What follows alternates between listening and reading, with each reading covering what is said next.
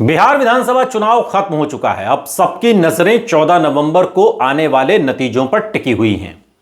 लेकिन नतीजों से पहले ही पूरे बिहार में एग्जिट पोल की चर्चा जोरों पर है। हर कोई जानना चाहता है कि किसकी सरकार बनेगी, कौन कौन अपनी सीट जीतने में कामयाब होगा। और इस बीच मोकामा सीट सबसे ज्यादा चर्चा में है, सुर्खियों में है।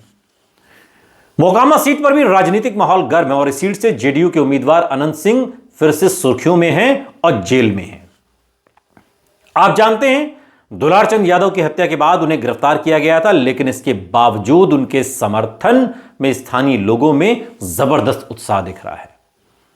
गांवों में उनके समर्थक पहले से ही जश्न की तैयारियों में लगे हुए हैं और उनकी पत्नी का जो सरकारी आवास है पटना में, वहां पर भी भोज की तैयारी हो रही है, जो सिटिंग एमएलए हैं। और कई जगहों पर मिठाई और भोज की तैयारी शुरू हो चुकी है। हालांकि एग्जिट पोल के नतीजे इस सीट को लेकर एकमत नहीं हैं।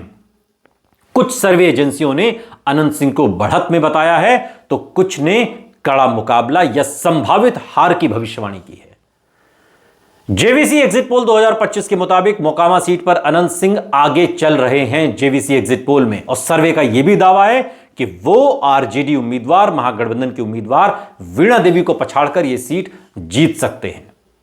रिपोर्ट्स में यह भी कहा गया है कि अनंत सिंह का स्थानीय प्रभाव और पकड़ अब भी मजबूत है, लेकिन एक सर्वे ऐसा भी है जो यह बता रहा है कि अनंत सिंह के लिए इस बार मोकामा बहुत मुश्किल है।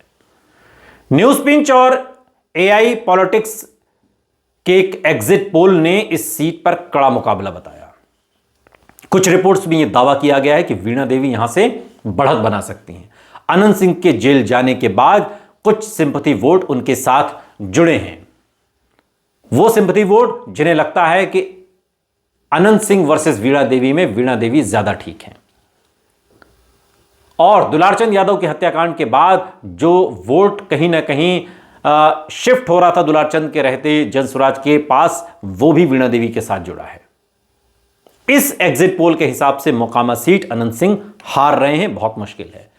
लेकिन इन विरोधाभासी अनुमानों के बीच मोकामा सीट पर सबकी नजरें हैं। अनंत सिंह के समर्थक पूरी उम्मीद जता रहे हैं कि वो फिर से जीत दर्ज करेंगे। लेकिन अब देखना होगा एग्जिट पोल की भविष्यवाणी हकीकत में बदलती है या फिर 14 नवंबर को नतीजे कुछ और ही कहानी कहते हैं। लेकिन तब तक अनंत सिंह जेल में हैं और नतीजे का इंतजार कर रहे हैं।